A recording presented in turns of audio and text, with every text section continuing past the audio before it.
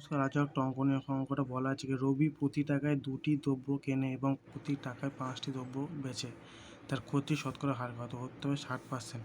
মানে হচ্ছে 2 টাকায় একটা দ্রব্য 2 টাকায় মানে 1 টাকা 2টি কিনে সেখানে 1 টাকায় 5টা, মানে 3 টাকা সে ক্ষতি, 5-এর ওপর 3 ক্ষতি করছে।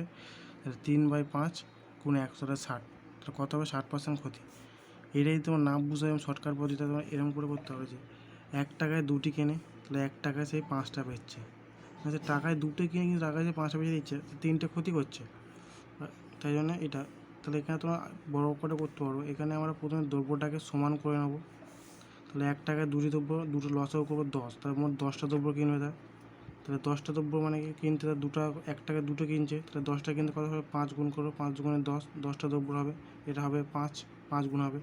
তাহলে ক্রয় করছে 5 টাকায় 10টি, সে 2 গুণ হবে, 5 দুগুণে 10, 2 একে 2, 5 টাকায় 10টি ক্রয় করছে, সেখানে 2 টাকায় 10টি বিক্রি করছে।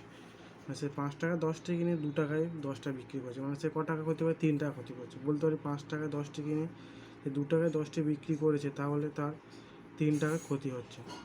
3 টাকা ক্ষতি হচ্ছে কত হবে? 5-এর ওপর। এই 3 টাকা, 3টে ক্ষতি হচ্ছে কি? এই 3 ক্ষতি হচ্ছে কি? 5-এর ওপর। ক্রয় মূল্য 5 তো, তাহলে 5-এর ওপর 3 ক্ষতি, তাহলে 100ই কত? 3/5 ইন্টু 100, 5 একে 5, 5 পূর্ণ 100, 3 দুগুণে 4, তাহলে কত? 60% ক্ষতি। আশা করি সব বুঝতে পেরেছো।